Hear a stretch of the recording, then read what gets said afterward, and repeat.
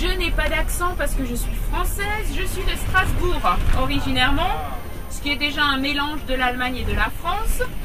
Et comment j'ai atterri à Berlin? C'est tout simplement parce que j'ai eu un coup de foudre pour la ville de Berlin quand je suis venue en vacances il y a quelques années. Et j'ai poussé mon conjoint à déménager à Berlin. Ça m'a pris 3 ans, mais finalement on y est arrivé. Et je n'habite pas à Berlin même, j'habite à Potsdam. Donc vous allez visiter Potsdam, je crois, à la fin de votre séjour, c'est ça, hein, vendredi? Donc vous verrez la magnifique ville de Potsdam. Potsdam étant plus petit que Berlin, ça a été le compromis qu'on a trouvé pour qu'on puisse déménager dans la région de Berlin. Voilà.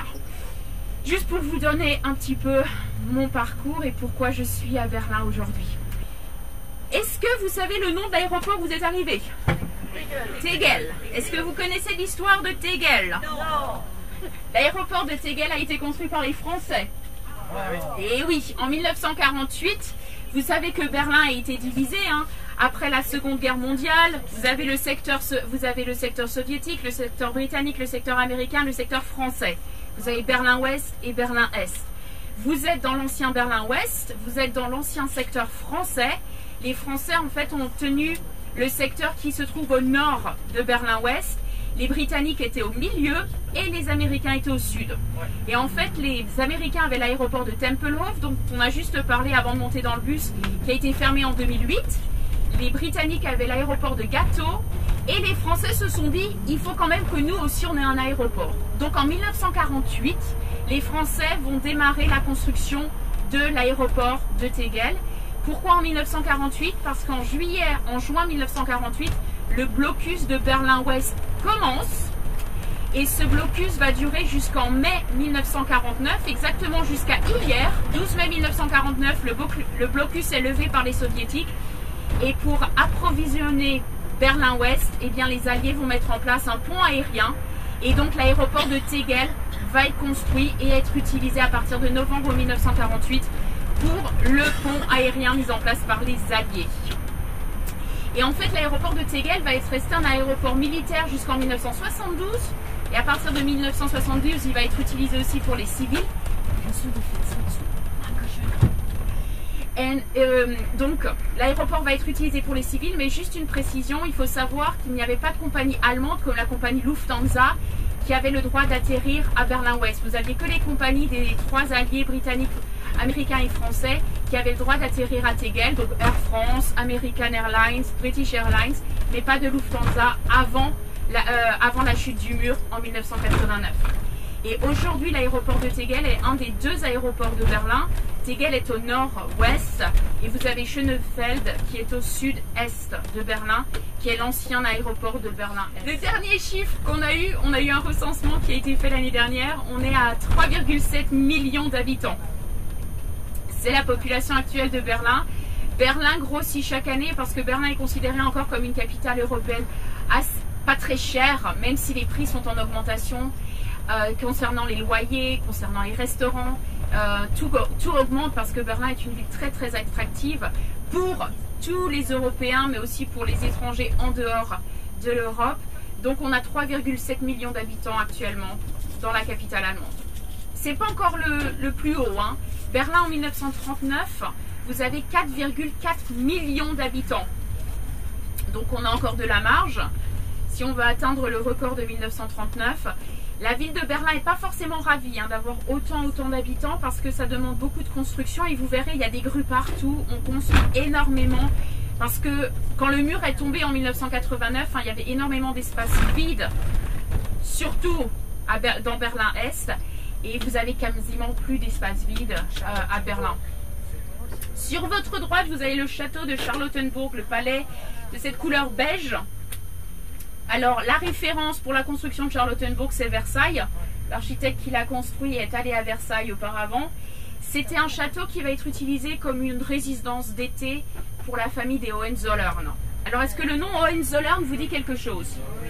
Oui, c'est la famille du dernier empereur allemand, l'empereur Guillaume II, qui est le dernier représentant, en tout cas, qui a été empereur pour les Hohenzollern, qui a dû abdiquer en 1918, juste avant la fin de la Première Guerre mondiale. Et en fait, les Hohenzollern, qui sont originairement en fait de la région de Stuttgart, du Baden-Württemberg, vont à partir du XVIe siècle contrôler la région de Berlin, donc Berlin en elle-même, et la région qui est autour de Berlin, le Brandenbourg.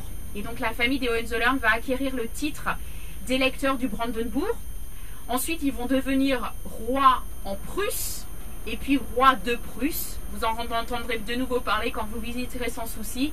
Et puis c'est la famille des Hohenzollern qui va créer l'Empire allemand en 1871 à la suite de la défaite de la France à la bataille de Sedan. Vous savez que c'est à cette époque-là que l'Alsace et la Lorraine ont été repris par l'Empire allemand et que ces deux régions, enfin en partie la Lorraine, parce que ce n'était pas toute la Lorraine qui a été annexée, mais ces deux régions ont été annexées par les Allemands à partir de 1871.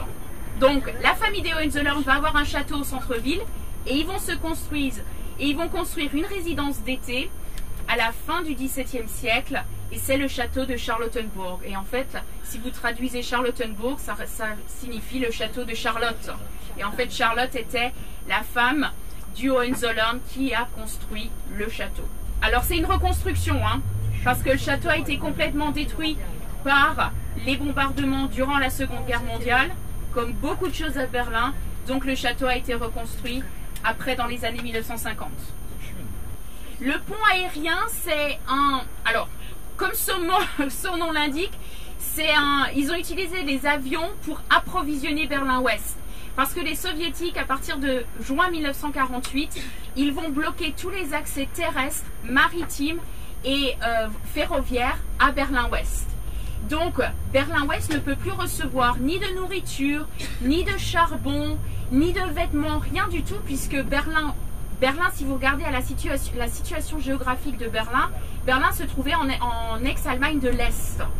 Et Berlin s'est trouvé divisé entre les soviétiques et les alliés occidentaux, mais Berlin-Ouest était quand même entouré de l'Allemagne de l'Est. Donc il fallait quand même pouvoir avoir des accès à Berlin-Ouest pour les Britanniques, les Américains et les Français. Les Soviétiques sont un petit peu, on va dire, pas forcément ravis de ce que sont en train de faire les alliés occidentaux en Allemagne de l'Ouest. Ils créent une nouvelle monnaie, ils créent un nouvel État. Donc en juin 1948, Staline décide de couper tous les accès à Berlin-Ouest parce qu'il espère repousser ou pousser en dehors de Berlin-Ouest les alliés. Et du coup, les alliés vont se dire, attendez, si on n'a plus de voie terrestre, si on n'a plus de voie ferroviaire, si on n'a plus de voie maritime, on va utiliser le ciel parce que Staline ne peut pas bloquer l'accès par le ciel. Et donc ils vont mettre en place un pont aérien qui va démarrer le 26 juin 1948 et qui va se terminer le 30 septembre 1949. Et il faut imaginer qu'en 15 mois, il va y avoir 300 000 vols. 300 000 vols au départ de l'Allemagne de l'Ouest pour approvisionner Berlin-Ouest. C'est énorme. C'est le pont aérien le plus important qui a été créé dans l'histoire de l'humanité, et depuis lors, il n'y a plus eu un pont aérien de cette ampleur.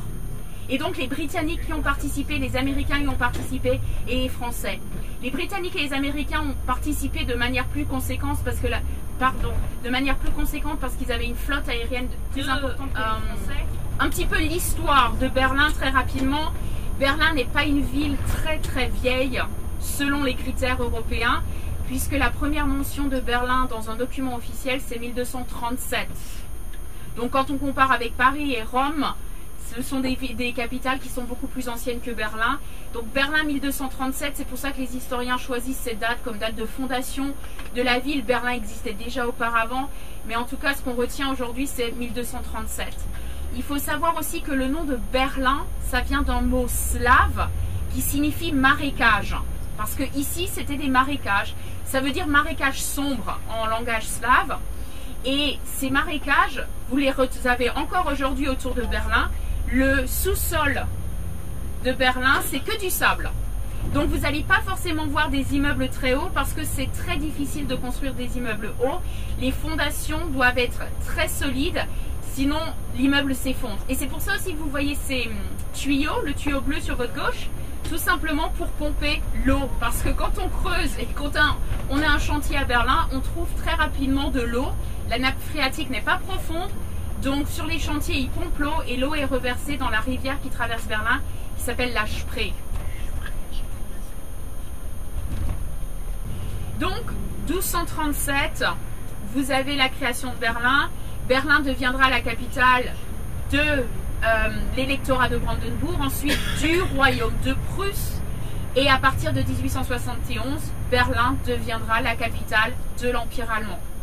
Et Berlin restera capitale de l'Allemagne jusqu'en 1945. 1945, à la suite de la Seconde Guerre mondiale et de la capitulation allemande, Berlin est divisé, l'Allemagne est divisée, Berlin-Est devient la capitale de l'Allemagne de l'Est, ce qui n'est pas le cas pour Berlin-Ouest. Berlin-Ouest devient une ville d'Allemagne de l'Ouest, et la capitale de l'Allemagne de l'Ouest est Bonn, exactement. Et c'est seulement après la réunification allemande, seulement après un vote du Parlement allemand en 1990, qu'il est décidé de ramener la capitale à Berlin. Et le vote s'est joué à 18 voix près. 18 voix près, imaginez, 18 voix près, la capitale serait peut-être toujours à Bonn actuellement. Alors, bien entendu, quand ils ont déménagé la capitale de Bonn à Berlin, on n'a pas voulu froisser les habitants de Bonn. Donc, l'administration allemande a décidé de laisser le siège de 8 ministères à Bonn. Ces ministères ont aussi des bureaux à Berlin, mais ils sont leur siège à Bonn. Alors, actuellement, l'État allemand est en train de parler pour en fait ramener maintenant tout à Berlin, puisqu'on fête les 30 ans de la chute du mur cette année.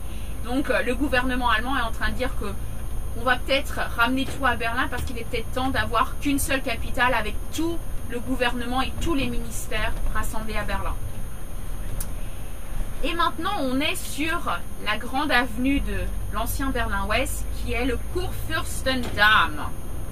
C'est assez long à prononcer. Kurfürstendamm, si on le traduit, ça veut dire l'avenue du grand électeur. Kurfürst, en allemand, c'est le grand électeur, c'est un titre. Qu'est-ce que c'est un grand électeur?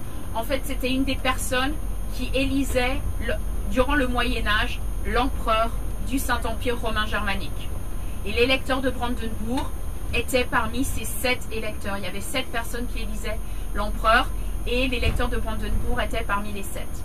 Alors, Kurfürstendamm, c'est long, c'est difficile à prononcer, donc les Berlinois appellent normalement cette avenue le Kuhdamm, exactement. Et s'il y a beaucoup de germanophones parmi vous, peut-être que vous savez ce que veut dire Kuh en allemand. La vache, exactement. Donc on passe de l'avenue du grand électeur à l'avenue de la vache. C'est pas aussi sexy, hein. Mais vous voyez que le Kurfürstendamm, de part et d'autre, vous avez des boutiques assez charmantes, hein. Vous avez Dior, vous avez Chopard. Donc si vous aimez le shopping, hein, vous avez Chanel, Dolce & Gabbana sur votre droite. En fait, le Kuhdamm, c'est l'équivalent des Champs-Élysées à Paris. C'est vraiment l'avenue où vous avez les grosses boutiques de luxe. Alors, l'avenue la plus importante et la plus célèbre de Berlin, c'est Unter den Linden, qui se situe dans l'ancien Berlin-Ouest, dans le cœur historique de Berlin. Et cette avenue où on se trouve, le Kuhdamm, en fait, a été construite à la fin du 19e siècle, après que les Allemands aient été faire un tour à Paris, après la guerre de 1870-71. Vous savez que l'Empire allemand a été créé dans la Galerie des Glaces, à Versailles, le 18 janvier 1871. C'est là que l'Empire allemand a été fondé. Et Otto von Bismarck, dont on a un souvenir particulier en France, Otto von Bismarck a bien entendu été faire un tour à Paris, a vu les Champs-Élysées, et il va dire à l'empereur allemand Guillaume Ier, il nous faut une avenue de la même manière que les Champs-Élysées de Paris. Et donc ils vont construire le Kurfürstendamm, qui est cette avenue où on se trouve en ce moment. Et donc vous avez un mélange d'architecture, hein, vous êtes sans doute rendu compte qu'il y a encore des bâtiments qui sont plus dans le style de la fin du 19e, début 20e siècle, et puis vous avez des bâtiments qui datent des années 60, certains sont en train d'être démolis. Vous avez l'Institut français sur votre droite, avec un restaurant français, avec un cinéma français, à vos souhaits. À vos souhaits. Et à vos souhaits encore. Et vous allez voir un très beau bâtiment sur votre droite. Vous avez juste à imaginer que tout le Kuhdamm, tout le Kurfürstendamm ressemblait à ce bâtiment que vous avez sur votre droite. Et bien entendu, Berlin a été énormément bombardé pendant la Seconde Guerre mondiale. Hein. À partir de 1943, les Américains et les Britanniques vont lâcher des bombes jour et nuit. Vous avez à peu près 50 000 tonnes de bombes qui sont larguées par les Britanniques, 25 000 tonnes qui sont larguées par les Américains. Et donc, vous avez des quartiers entiers de Berlin qui sont détruits et le Kudamm fait partie des nombreuses destructions de la ville. Donc, certains bâtiments ont pu être sauvés, pu être restaurés, reconstruits de la même façon qu'ils étaient avant la guerre. Et certains bâtiments ont été juste remplacés par de l'architecture des années 60-70. Et vous allez voir des bâtiments qui sont beaucoup plus récents, qui datent des années 2000 et qui ont été construits après la chute du mur. Et ça, ce sont des bâtiments que vous allez voir sur votre gauche. Et notamment, vous avez des bâtiments qui sont très récents, qui ont été terminés en 2015-2016, que vous allez voir aussi sur votre gauche. Alors après la chute du mur, tous les investissements à Berlin se sont faits dans l'ancien Berlin-Est. Et maintenant, vous avez les investisseurs qui reviennent à Berlin-Ouest aussi et investissent leur money et qui investissent leur argent. Vous avez... À Kranzler, c'est fini. C'est toujours un café, mais c'est un café bien plus moderne. Donc, c'est plus le salon de thé que vous avez connu il y a 40 ans. Alors, regardez toujours sur votre gauche. Vous allez le voir, alors juste après le feu rouge, vous allez voir une église qui est en ruine. Elle a été gardée en état. C'est l'église du Souvenir. C'est l'église du Souvenir qui a été construite par Guillaume II pour son grand-père Guillaume Ier. Et cette église a été détruite lors des bombardements de 1943. Et après la guerre, les Berlinois de l'Ouest ont voulu garder cette église en l'état. Pourquoi? Tout simplement parce qu'ils voulaient garder un souvenir des bombardements et montrer aux gens ce qui se passe quand on a une guerre. Et donc vous avez l'église en ruine et le bâtiment que vous avez juste à côté, c'est l'église qui a été reconstruite parce que c'est toujours une paroisse. Et donc vous avez cette église qui date de la fin des années 50. Et si vous allez faire un tour ici à Berlin-Ouest pendant votre séjour à Berlin, je vous conseille vivement d'aller visiter la nouvelle église qui date des années 50. Alors je sais, de point de vue extérieur, c'est pas super joli. Mais à l'intérieur, vous avez des vitraux de couleur bleue qui ont été réalisés à Chartres. Et quand le soleil brille, vous avez cette couleur bleue qui ressort, qui est assez incroyable. Donc je vous conseille vivement d'aller faire un tour dans la nouvelle église. C'est là qu'il y a eu l'attentat en décembre 2016 lors du marché de Noël. Exactement, juste à côté, sur la Breitscheidplatz. Et juste dans un instant, quand on commence à avoir un feu rouge, on les a tous à la suite. Dans un instant, sur votre droite, vous allez voir le magasin le plus célèbre de Berlin, qui est le KaDeWe, Kaufhaus des Westen. On pourrait un peu le comparer aux Galeries Lafayette. Et ce KaDeWe, c'est un grand magasin qui a été ouvert en 1907 à Berlin. Et c'est vraiment le magasin, vous avez 8 étages. Au dernier étage, vous avez la restauration, donc vous pouvez manger toutes sortes de cuisines. Et c'était le symbole de Berlin-Ouest parce qu'il a été rouvert très rapidement après la fin de la Seconde Guerre mondiale, même s'il a été endommagé par les bombardements. Il va être ouvert très rapidement et du coup c'est le symbole du luxe, le symbole de la reconstruction de Berlin-Ouest, qui n'était pas du tout le cas pour Berlin-Est. Donc le bâtiment va être sur votre droite dans quelques instants, vous allez voir écrit dessus KaDeWe.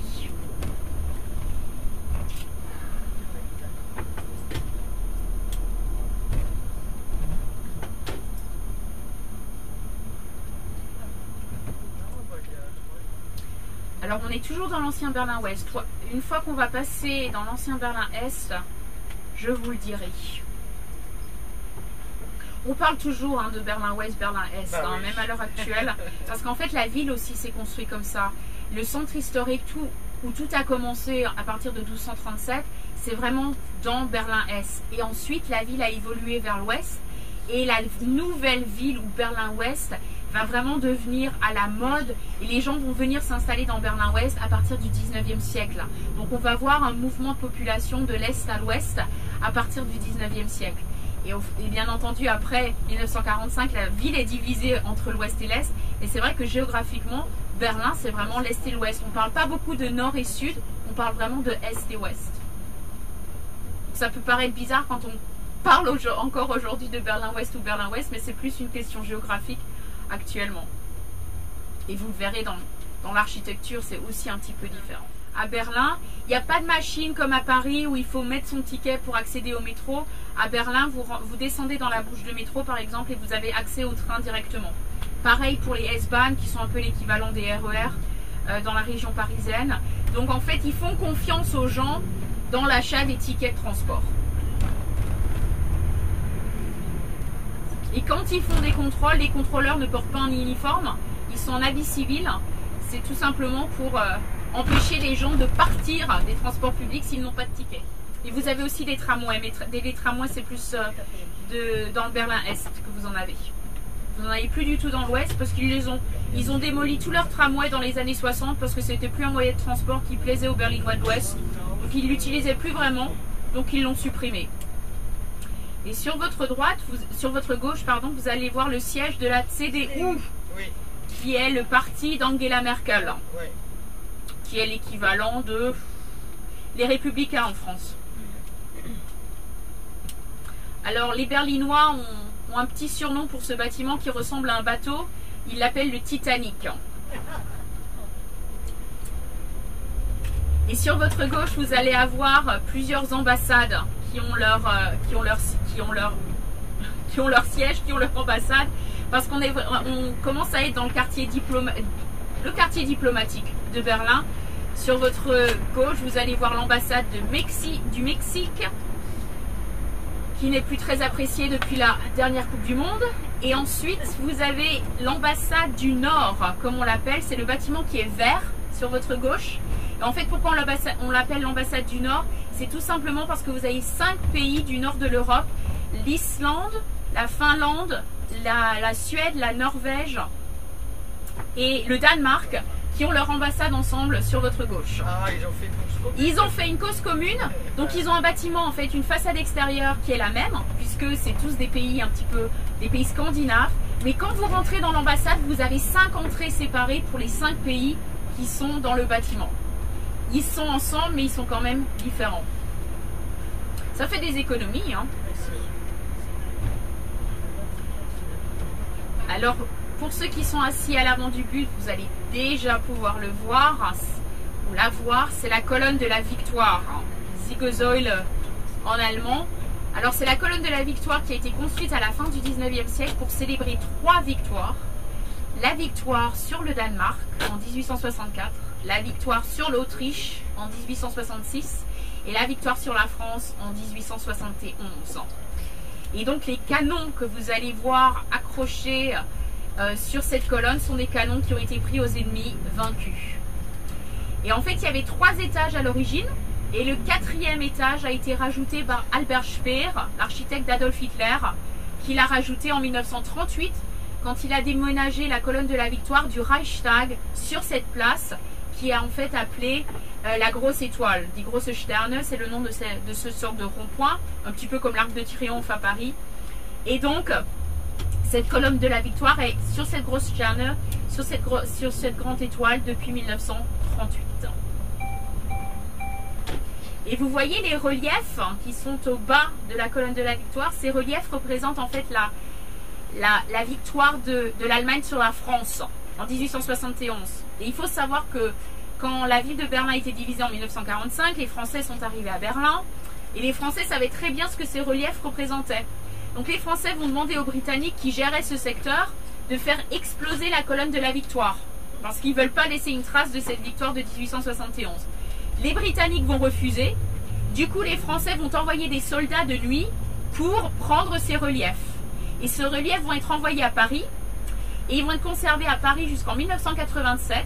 Et en 1987, le président François Mitterrand va les offrir en cadeau pour le 750e anniversaire de la fondation de la ville de Berlin. Alors un cadeau, c'est juste un prêté pour un rendu. Hein. Et sur votre gauche, vous allez voir le palais Bellevue, qui est alors pas la résidence, mais le bureau du président allemand. Alors pas le chancelier, le président. Alors le président allemand actuellement c'est Frank-Walter Steinmeier, qui est l'ancien ministre des Affaires étrangères d'Angela Merkel, qui est du SPD, donc c'est un socialiste. Et Bellevue, donc c'est un château qui date du XVIIIe siècle, qui a été construit pour un des frères de Frédéric le Grand. Vous allez parler quand vous allez visiter Sans Souci. Et le président allemand, dont on ne parle pas forcément beaucoup parce qu'il dirige moins l'Allemagne que le chancelier ou la chancelière Merkel, qui est maintenant en place depuis 2005, mais Frank-Walter Steinmeier a son bureau dans ce palais Bellevue et il habite du côté de Dahlem, qui est une des banlieues de Berlin, une des banlieues chics. Mais juste pour vous donner un exemple du travail du président allemand, parce qu'on n'en parle pas forcément, l'année dernière, quand il y a eu les élections en Allemagne, Angela Merkel n'avait pas de majorité, elle a dû faire des négociations. Les premières négociations ont échoué avec les libéraux et avec les Verts. Et du coup, on s'est demandé s'il n'y aurait pas de nouvelles élections.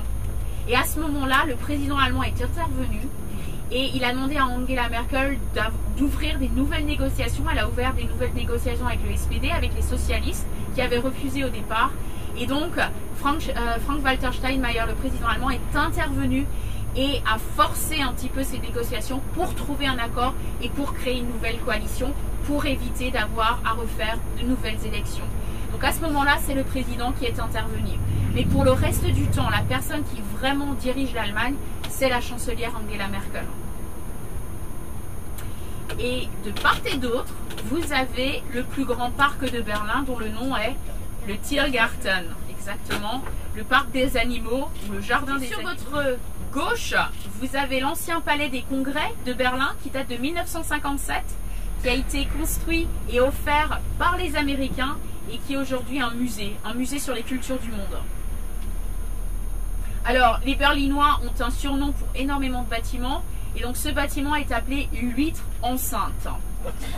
Parce que vu du ciel, ça ressemble à une huître qui est enceinte. Et il faut savoir que John Fitzgerald Kennedy, qui va venir à Berlin en juin 1963, fera un discours en juin 1963 dans ce centre des congrès. Et dans les années 80, le toit s'effondre et les Américains vont payer la reconstruction du toit du bâtiment.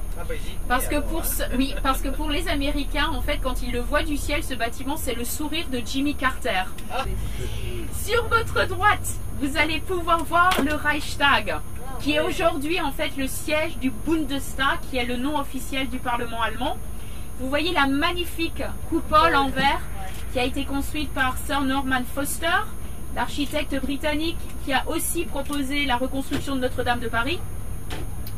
Et cet architecte britannique a fait toute la rénovation du Reichstag et le Reichstag a été réouvert et a eu sa première assemblée en septembre 1999.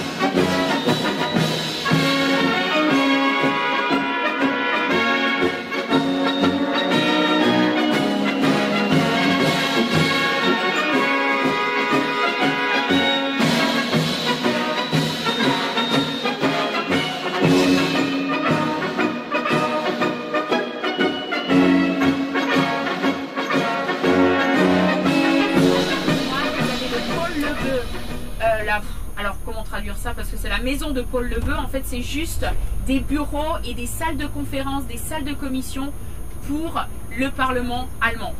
Et sur votre gauche, vous avez la chancellerie d'Angela Merkel. Alors, j'appelle ça la chancellerie d'Angela Merkel parce qu'elle est au pouvoir depuis 13 ans maintenant. Mais c'est la chancellerie qui a été inaugurée en 2001. Elle a été voulue par Helmut Kohl, qui est resté en place au pouvoir jusqu'en 1998. En 1998, vous avez Gerhard.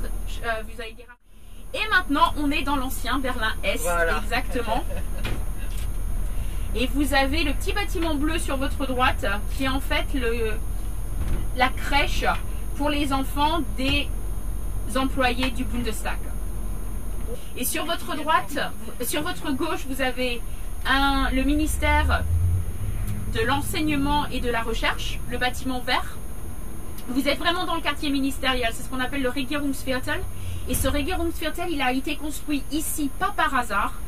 Alors d'une part parce que l'emplacement il était complètement vide du fait du mur et de la construction du mur et de cet espace entre les deux murs, mais aussi parce que sur votre gauche, vous faites le lien entre l'ancien Berlin-Est et l'ancien Berlin-Ouest. Et c'est aussi le symbole de la réunification de l'Allemagne, l'Ouest et l'Est.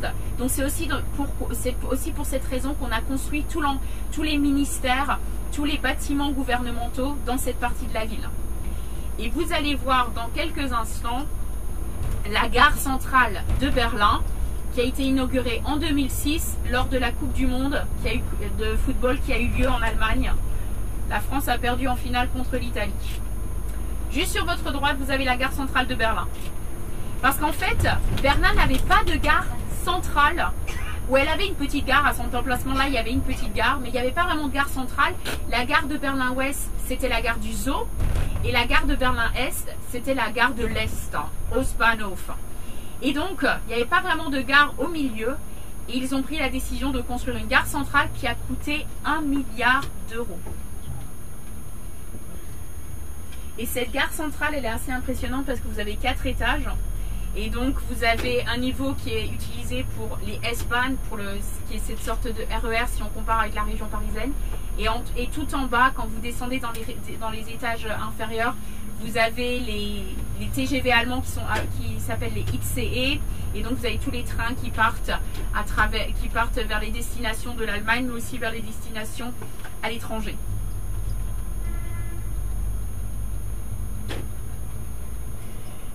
La chancellerie est déjà un énorme bâtiment. Hein. Juste pour vous donner une idée, dans la chancellerie allemande, vous pouvez mettre 7 fois la Maison Blanche.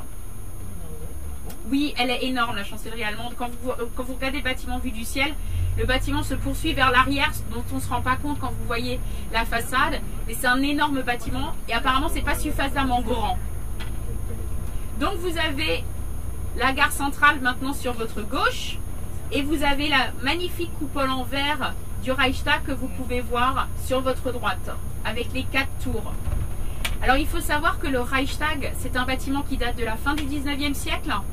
Il a été inauguré en 1894.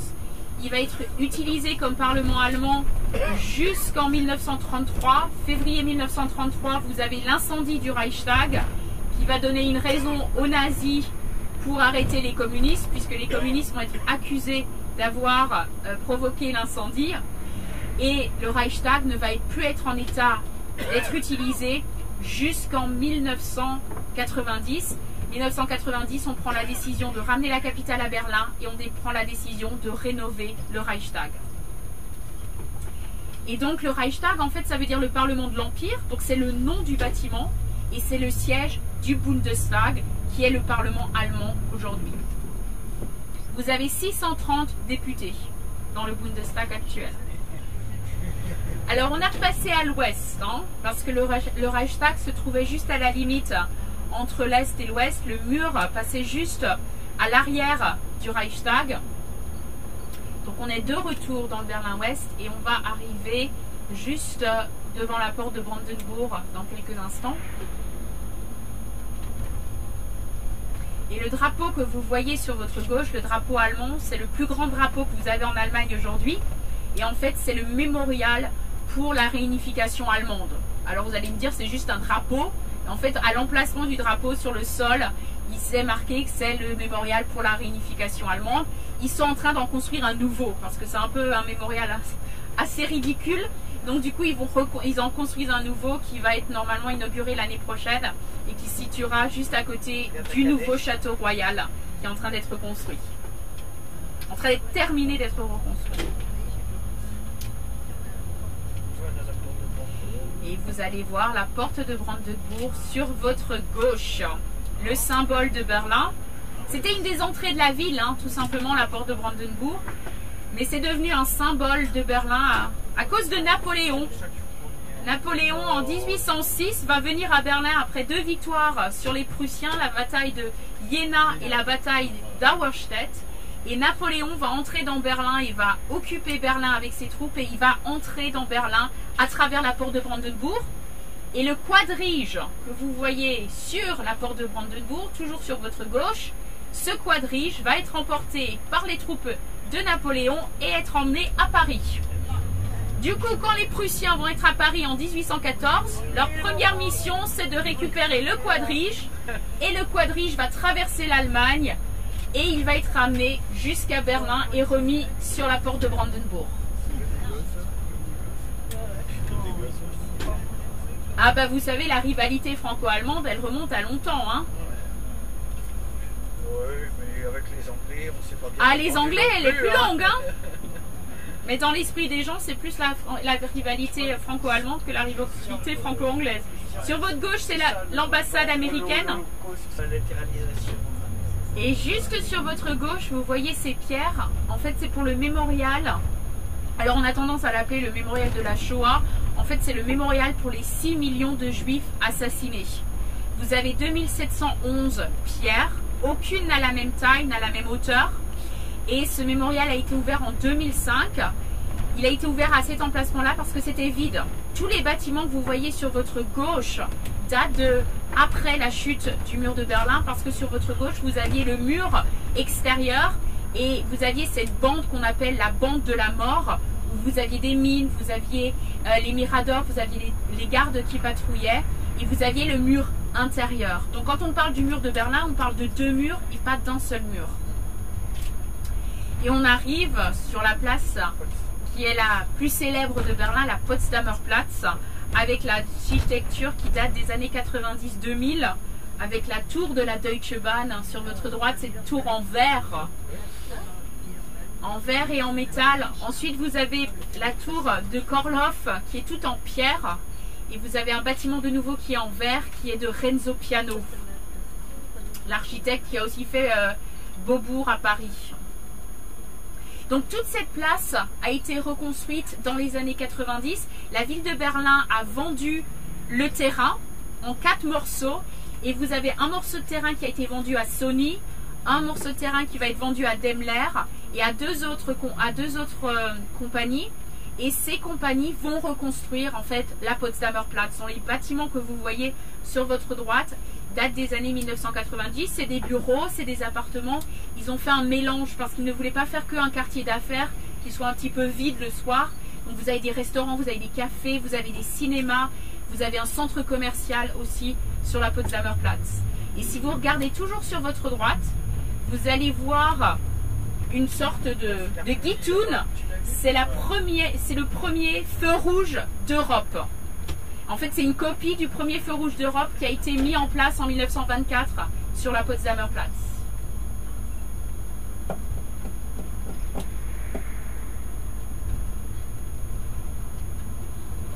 Et je vous conseille vivement d'aller faire un tour sur la Potsdamer Platz et allez jeter un coup d'œil au Sony Center. Parce que l'architecture du Sony Center est très particulière. C'est une architecture aussi verre, métal, mais ça vaut vraiment le coup d'œil.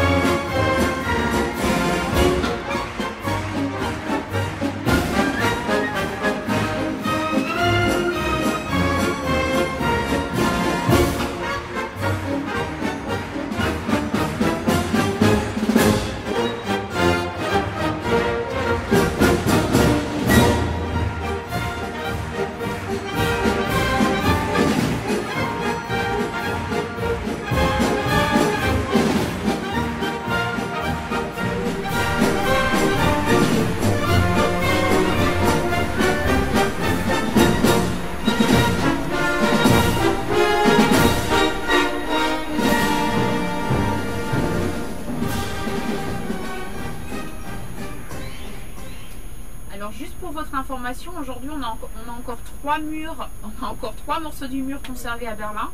On va en voir un morceau qui est situé dans la Niederkirchner Straße. Là on est en train d'entrer. Sur votre gauche, vous allez voir le Parlement de Berlin, puisque Berlin n'est pas seulement la capitale allemande, n'est pas seulement une ville, mais c'est une ville-État. Donc Berlin est un État, donc Berlin vote ses propres lois, puisque l'Allemagne est un État fédéral. Donc ce Parlement de Berlin est sur votre gauche.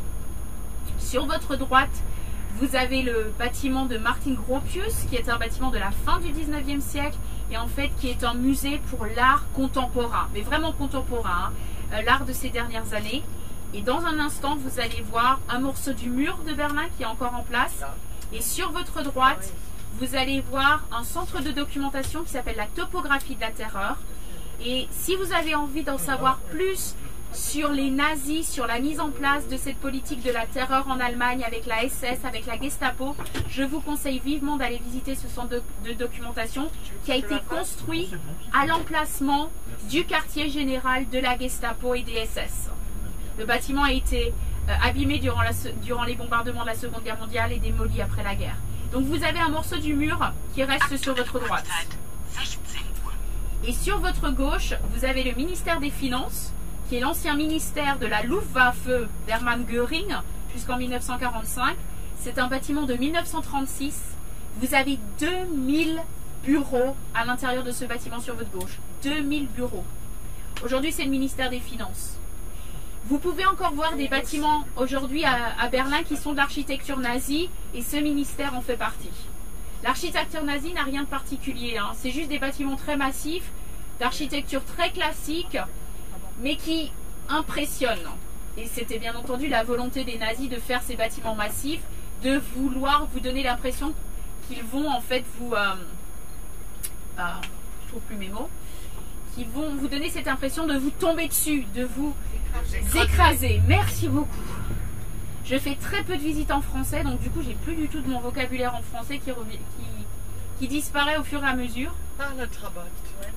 Et vous allez voir sur votre gauche, on va aller tout droit parce qu'on prend la direction de Checkpoint Charlie, et vous allez voir la voiture historique de l'Allemagne de l'Est, la petite Trabant, Trabi pour les Allemands de l'Est. Quand vous la commandiez, on vous disait que vous alliez la recevoir dans 7 ans. Le temps d'attente. 7 ans d'attente. Alors vous allez les voir, pour ceux qui sont assis au fond du bus, vous allez les voir dans quelques instants. Il y en aura plusieurs sur votre gauche. Parce que c'est le point de départ de ce qu'ils appellent les safaris en Trabant. Donc vous pouvez faire un petit tour de Berlin et conduire une Trabant. Vous avez la jaune sur votre gauche, mais vous allez la voir, il y a une beige, il y a une safari, donc qui ressemble à un zèbre. Mais on en voit des vrais encore à l'Est. Hein. Très peu. Très peu, mais très on en peu. voit encore. On les photographie quand on les voit.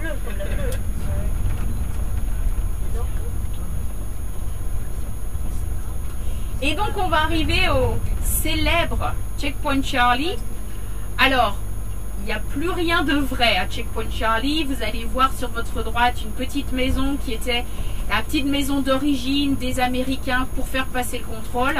Et en fait, le bâtiment qui servait aux autorités est-allemandes pour contrôler les gens qui rentraient dans Berlin-Est se situait sur votre gauche, où vous voyez maintenant ces sortes de vides, même si c'est plus très vide à l'heure actuelle. C'était là où vous aviez vraiment le passage de la frontière entre Berlin-Ouest et Berlin-Est. Et sur votre droite, vous allez voir une photo du sergent Harper, qui était un des derniers, un des derniers soldats américains en poste à Checkpoint Charlie. Et aujourd'hui, vous avez le drapeau américain avec la petite maison, qui est une maison qui a été reconstruite pour donner l'impression et pour vous donner une idée de ce qu'était Checkpoint Charlie. Il faut savoir que quand le mur tombe en 1989, vous avez un bâtiment qui est bien plus moderne, qui sert de checkpoint pour les Américains. Et ce bâtiment a été récupéré après la chute du mur et vous pouvez le voir au musée des Alliés à Zehlendorf. Alors Checkpoint Charlie est célèbre parce que vous avez Kennedy qui va venir à Checkpoint Charlie, vous avez Khrouchtchev qui va venir à Checkpoint Charlie, l'un du côté ouest, l'autre du côté est. Et aussi Checkpoint Charlie est célèbre parce qu'en octobre 1961, vous avez un face-à-face qui se passe à Checkpoint Charlie. Vous avez 12 chars soviétiques qui font face à 12 chars américains. Et ils vont se faire face pendant 16 heures. Et en fait, si l'un bouge, l'autre réplique. Et on est passé très près d'une guerre nucléaire. Et ceux qui se sont retirés en premier vont être les soviétiques. Pourquoi il y a eu cet affrontement? Parce que les Alliés avaient un accord qui permettait aux soldats alliés d'aller partout dans Berlin, que ce soit à l'est ou à l'ouest, sans avoir besoin de montrer une pièce d'identité. Un soldat américain va se faire contrôler à Checkpoint Charlie et les Américains ne vont pas apprécier du tout ce contrôle d'identité de l'un de leurs soldats. Et du coup, le chef des Américains à cette époque-là à Berlin, c'est Lucius Dickley, qui est l'envoyé spécial de John Fitzgerald Kennedy à Berlin en 1961. Et Lucius Dickley va envoyer les 12 chars américains en poste à Checkpoint Charlie pour montrer aux soviétiques que s'ils ne respectent pas l'accord, les Américains vont leur faire savoir.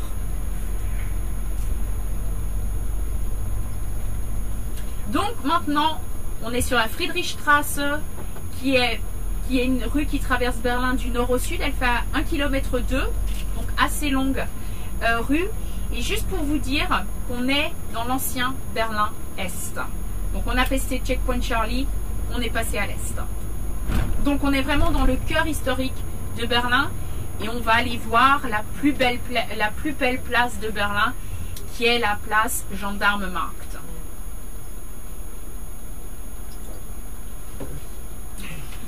Rechts. Und dann nicht die nächste links, die zweite links. Ja, ja. Dann ist links.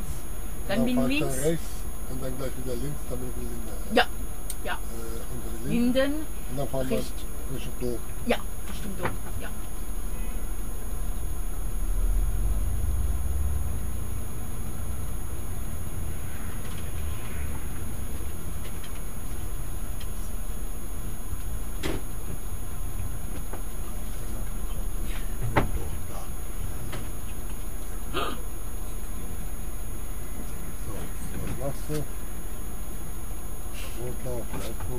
Wir haben Zeit, ja?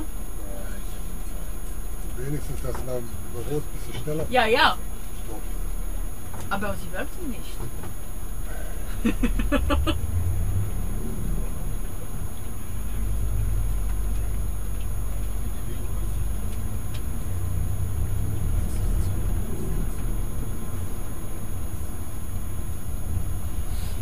Alors, sur votre gauche, vous allez commencer à voir Gendarmenmarkt. Vous allez voir l'église allemande. Sur Gendarmenmarkt, vous avez une église française, une église allemande.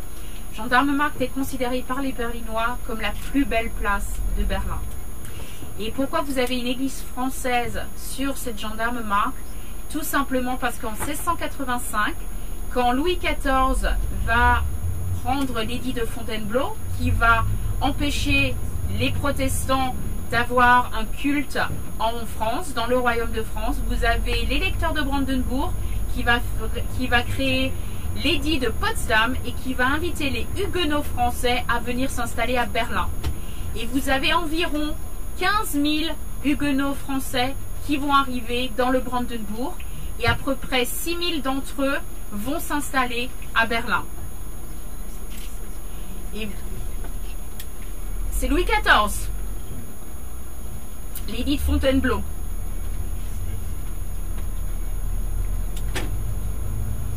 Donc sur votre gauche, vous avez l'église allemande, qui est en fait pas une église du tout, hein, c'est un musée qui vous explique le fonctionnement de la démocratie allemande, les institutions avec le Bundestag.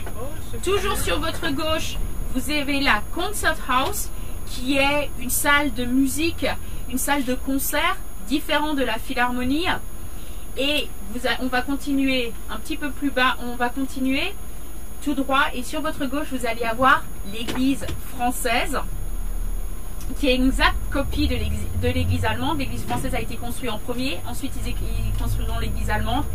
Et vous allez voir juste à côté de l'église allemande, de l'église française, vous avez une autre petite partie avec le toit en tuiles rouges. Et bien ça, c'est la vraie église historique des huguenots français quand ils se sont installés à Berlin après 1685. Il faut que vous imaginiez qu'au début du XVIIIe siècle, vous avez un tiers de la population de Berlin qui est d'origine française, entière. Donc, ça parle le français à Berlin. Quand vous entendez les Berlinois parler le dialecte berlinois, vous avez des mots français qui apparaissent.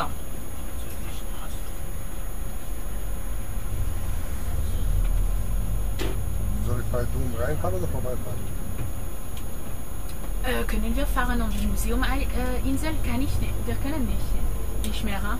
Die Museuminsel. So können wir nicht drehen, aber wir können, ich wende dann. Okay. Ja, so wie. Wenn du möchtest. Ja. Das Hotel muss doch Und die vorne Hotel sein. ist da. Ja. Dankeschön. Ja. Et les huguenots français vont continuer à parler le français jusqu'aux guerres napoléoniennes. Et après les guerres napoléoniennes, ils vont vraiment utiliser la langue allemande. Sur votre droite, vous avez l'église, la cathédrale catholique, la cathédrale Sainte-Edwige. Sur la gauche. Oh. On a vu votre bras. Merci. Toujours sur la gauche. Au fond du bus, il faut pas le voir. Sur la gauche, vous avez ce bâtiment rose qui est l'Opéra National, qui a été réouvert maintenant il y a 2 ans, en 2017. Et on arrive sur l'avenue de Unter den Linden. Et juste face à vous, avant qu'on tourne sur la droite, vous avez l'université Humboldt, qui est l'une des 4 universités de Berlin. La plus grande et la plus historique, puisque l'université Humboldt a été créée en 1810. Encore quelques bruits, tiens. Et toujours sur votre gauche, vous avez le mémorial pour les victimes de la guerre et du fascisme. Et toujours sur votre gauche, ce bâtiment qui est en train d'être rénové, c'est le musée historique allemand. Et c'est le plus vieux bâtiment du centre historique de Berlin, puisque c'est un bâtiment qui date de 1695. Il y a toujours Lénine dedans? Toujours? Pardon? Il y a toujours la statue de Lénine à l'intérieur? Non. Ah bon? Il n'y a pas de statue de Lénine à l'intérieur du musée historique. Non. Je crois bien que si. Ah non.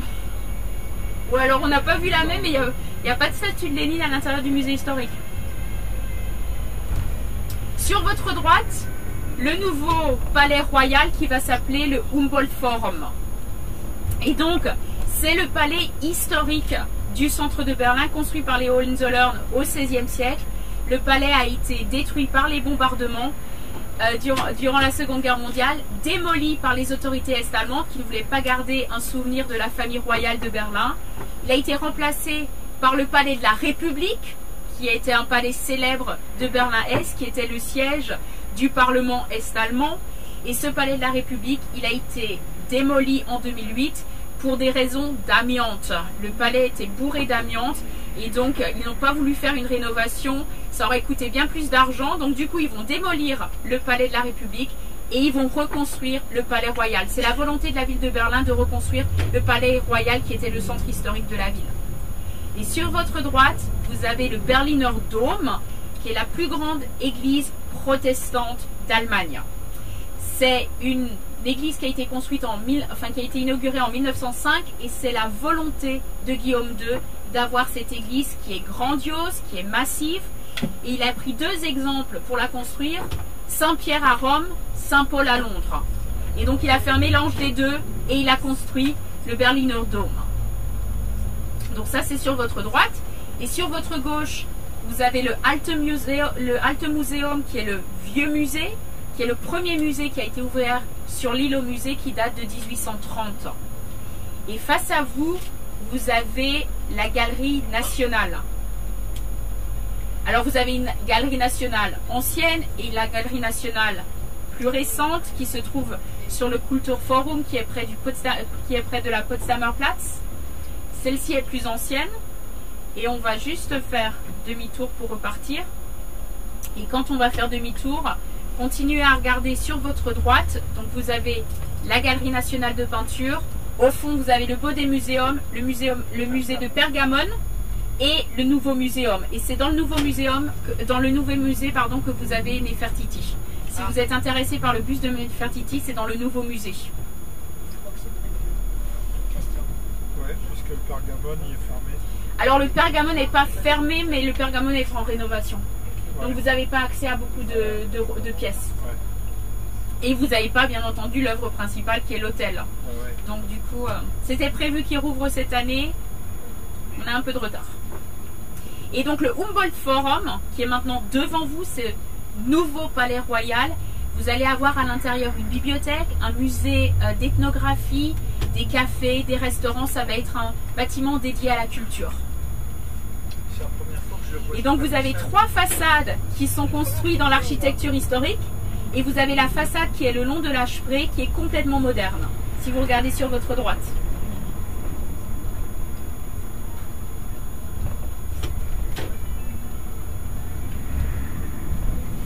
Ja, wir können Richtung Alex und dann die Karl-Marx-Allee und von die Karl-Marx-Allee bis zur Galerie.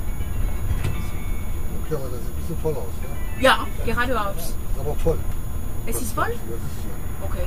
Wollen wir mal rechts fahren? Ja. Ja, ne? Ja. Denke ich schon.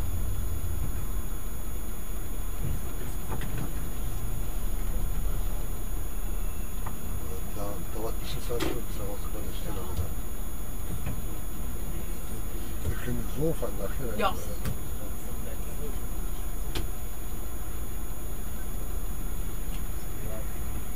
Et donc pour ceux qui sont assis à l'avant du bus, vous pouvez déjà voir la tour de la télévision qui fait 368 mètres de hauteur. Elle va être sur votre gauche quand on va tourner après le feu rouge. 368 mètres de hauteur. On fête ses 50 ans cette année puisqu'elle a été inaugurée en 1969. Juste à côté de la tour de la télévision, vous avez l'église Sainte-Marie qui est une église protestante, qui est une des églises historiques de Berlin puisqu'elle est du XIIIe siècle. Toujours ça va être sur votre gauche. Et cette église Sainte-Marie, bien entendu, elle va être reconstruite après la guerre parce qu'elle a été aussi endommagée. Le centre de Berlin où on se trouve, vous avez à peu près 85% de destruction. Et la tour de la télévision, c'était un petit peu le symbole de Berlin-Est pour charrier Berlin-Ouest. Vous la voyez, la tour de la télévision sur votre gauche. C'est possible d'y monter. Vous avez un ascenseur qui vous y emmène et vous avez un restaurant dans cette tour de la télévision. Alors les Berlinois de l'Ouest pouvaient la voir, hein, cette tour de la télévision, donc c'est pour ça qu'on dit que c'est un symbole des Berlinois de l'Est pour l'Ouest. Certains des Berlinois de l'Est parlent même d'un doigt d'honneur, hein, de l'Est à l'Ouest, parce que c'était la revanche un petit peu technologique et technique de Berlin-Est sur l'Ouest, parce que pour créer cette sphère, hein, et pour construire cette sphère dans les années 60, ça demandait beaucoup de technologie. Et pourquoi ils l'ont fait sphérique? Tout simplement pour rappeler Sputnik, le premier satellite lancé dans l'espace par l'Union soviétique.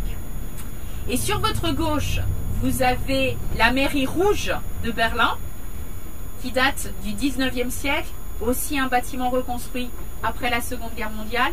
On l'appelle la mairie rouge, pas parce qu'elle est communiste, hein.